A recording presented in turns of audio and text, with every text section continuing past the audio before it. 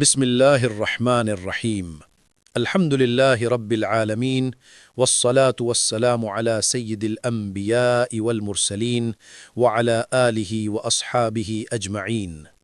ناظرین کرام، السلام علیکم ورحمۃ اللہ وبرکاتہ۔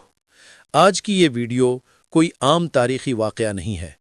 آج ہم اس واقعے پر بات کرنے جا رہے ہیں جس کو اگر سمجھے بغیر تاریخ اسلام کو سمجھنے کی کوشش کی جائے تو وہ کوشش کبھی مکمل نہیں ہو سکتی۔ آج کا موضوع ہے غزوہ بنو قریظہ، ایک ایسا واقعہ جس میں صرف تلواریں نہیں چلیں بلکہ وعدے ٹوٹے، عہد شکنی ہوئی اور ریاست مدینہ کی بقا داؤ پر لگ گئی۔ یہ وہ موقع تھا جب دشمن باہر نہیں بلکہ شہر کے اندر موجود تھا، اور یاد رکھیے اندرونی غداری باہر کے دشمن سے کہیں زیادہ خطرناک ہوتی ہے۔ اس ویڈیو کو آخر تک ضرور سنیے گا، کیونکہ آخر میں آپ کو خود فیصلہ کرنا ہوگا کہ کیا بنو قریظہ کے ساتھ جو ہوا وہ ظلم تھا یا انصاف۔ ناظرین، جب رسول اللہ صلی اللہ علیہ وسلم مدینہ تشریف لائے تو مدینہ میں 3 بڑے یہودی قبائل آباد تھے۔ نمبر 1 بنو قینقاع، نمبر 2 بنو نذیر اور نمبر 3 بنو قریظہ۔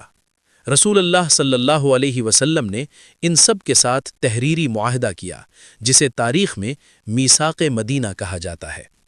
اس معاہدے کی چند بنیادی شقیں یہ تھیں: مدینہ پر اگر کوئی حملہ کرے گا تو سب مل کر دفاع کریں گے، کوئی قبیلہ دشمن کا ساتھ نہیں دے گا، خیانت، غداری اور سازش کی اجازت نہیں ہوگی۔ یہ ایک مکمل ریاستی معاہدہ تھا۔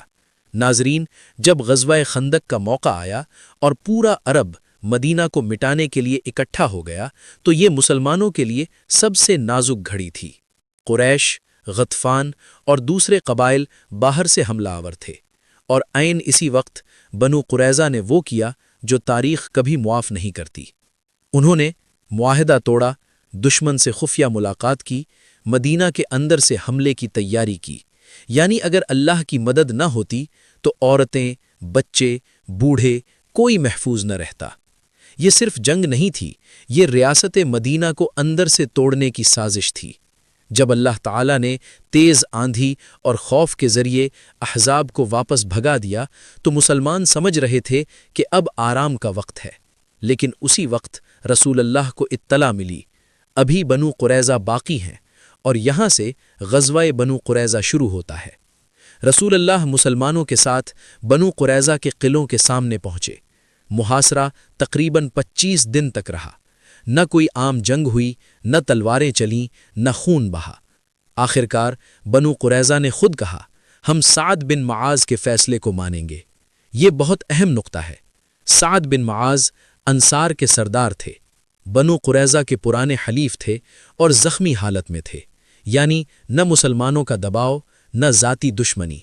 سعد بن معاذ نے کہا، میں وہی فیصلہ کروں گا جو اللہ کے حکم کے مطابق ہو، اور فیصلہ یہ تھا جنگ میں شریک مردوں کو سزا، عورتیں اور بچے محفوظ، مال ضبط۔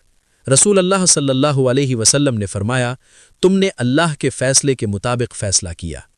یہ فیصلہ اسلامی قانون سے نہیں بلکہ یہودی شریعت یعنی تورات کے مطابق تھا۔ ناظرین، یہ واقعہ مذہب کی بنیاد پر نہیں، نسل کی بنیاد پر نہیں، بلکہ ریاست سے غداری، جنگی جرم اور معاہدہ شکنی پر تھا۔ اگر آج کی دنیا میں کوئی ملک جنگ کے دوران اندر سے دشمن کا ساتھ دے تو کیا ہوتا ہے؟ آپ خود جواب جانتے ہیں۔ اور ہاں، یہ بھی یاد رکھیں، عام یہودیوں کو کچھ نہیں کہا گیا۔ جو جنگ میں شریک نہیں تھے وہ محفوظ رہے، بچوں، عورتوں پر کوئی ظلم نہیں ہوا۔ یہ وہ انصاف ہے جسے آج کی دنیا انسانی حقوق کہتی ہے۔ ناظرین کرام، غزوہ بنو قریظہ ہمیں یہ سکھاتا ہے کہ اسلام معاہدوں کا دین ہے۔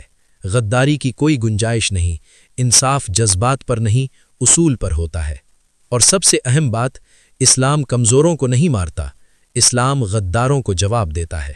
غزوہ بنو قریظہ تلوار کی داستان نہیں بلکہ قانون، وفا اور انجام کی داستان ہے۔